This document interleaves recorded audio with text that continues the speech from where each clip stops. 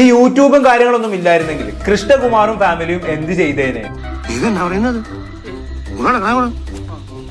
ഈ ചോദ്യം കേട്ടിട്ട് എനിക്ക് തന്നെ ചിരി വന്ന് പോയി എന്നുള്ളതാണ് സംഭവം. ഒരുപാട് ചിരിക്കണ്ട, എന്റെയാ. കഴിഞ്ഞ കുറച്ച് കാലമായിട്ട് കൃഷ്ണകുമാറിന്റെ ഫാമിലി എയറിലാണ്. ഇതുകൊണ്ടൊന്നും ഞാൻ തളരില്ല. അമ്മായി ഫിഷ് ഫ്രൈ എങ്കിലൊക്കെ കാരണമായിട്ട് മൂപ്പന്റെ ഫാമിലി ഇങ്ങനെ ഏറി കയറിക്കൊണ്ടേയിരിക്കും. ഇതൊരു സ്ഥിരം പല്ലവിയാണ്. ഇതിനൊന്നും വേണ്ടി ഒച്ച വെച്ചിട്ട് കാര്യമൊന്നുമില്ല. നമുക്ക് അതിലും വലിയ കാര്യങ്ങൾ ചെയ്യാൻ കിടക്കുകയാണ്. അത്രയും പ്രശ്നത്തിലാണ് ലോകം മുഴുവൻ.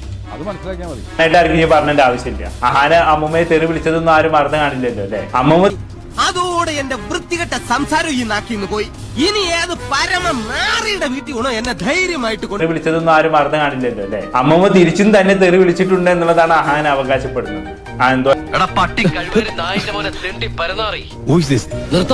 നിന്റെ അമ്മയെ കിട്ടിച്ച് ഇംഗ്ലീഷ് എന്താ ഈ കാണിക്കുന്നത്? ഇതൊക്കെ നമ്മുടെ കൈ കിട്ടണമായിരുന്നു. അടിച്ച് കാലക്ക് കൈ കൊടുത്തനെ ഇല്ലടാ. ആയിക്കോട്ടെ, എന്തായാലും അതുമായി ബന്ധപ്പെട്ട് കൃഷ്ണകുമാർ എന്താണ് പറയാനുള്ളത് എന്നുള്ളത് നമുക്കൊന്ന് കേട്ടു നോക്കാം. ഞാൻ ചെറുതിലെ വളരെയധികം പ്രതികരിക്കുന്ന ഒരാളായിരുന്നു. ധാരാളം പ്രശ്നങ്ങളിൽ ചെന്ന് പെട്ടിട്ടുണ്ട്. എടോ തിരുമണ്ട, അന്നെയൊക്കെ സെക്രട്ടറി ആക്കി വെച്ചിരിക്കുന്നത് കണ്ട ചാനലുകളുടെ മുന്നിൽ വിഡിത്തം വിളമ്പി ആളാവാൻ അല്ലടോ.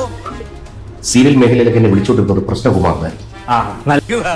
ഇവിടെ കിടന്ന് അലമ്പുണ്ടാക്കരുത്. ഞാൻ അലമ്പുണ്ടാ, എന്റെ അവസാനത്തെ ആഗ്രഹം ഇത്. ഏണി വെച്ച് പിടിക്കുന്ന പറയില്ല മോളിക്കൂടെ പോകുന്നൊക്കെ ഈ ഒരു സ്വഭാവം ഉണ്ടായിരുന്നു.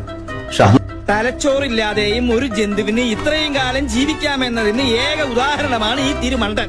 വഴി കിടക്കുന്ന ആൾക്കാരെ പോലും എടുത്തോണ്ട് വണ്ടി ഇടിച്ച് കിടന്നു. അത് അങ്ങനെ നേച്ചർ. എന്റെ അച്ഛൻ അങ്ങനെ, എന്റെ രണ്ടാമത്തെ മോളും അങ്ങനെ. അതുകൊണ്ട് ഈ അടുത്ത ഞാനും ചോദിച്ചോട്ടെ, നീ എന്ന് മുതലാണ് ഇപ്പൊ മദർ തെരേസ ആയത്? ഇങ്ങനെ പോയാൽ നീ സമാധാനത്തിലുള്ള സന്തോഷവും മേടിക്കൂടാ പുല്ല്. രണ്ടാമത്തെ മോളെ കുറിച്ച് പറയാത്തതാണ് നല്ലത്. ഏത് ദിയാകൃഷ്ണ എങ്ങനെ കോൺട്രവേഴ്സി ഉണ്ടാക്കുമെന്ന് നോക്കി നടക്കുന്ന ഒരു പെണ്ണാണ്. ഇനിയിപ്പോ ഒന്ന് മോട്ടിവേറ്റ് ചെയ്തൂടെ?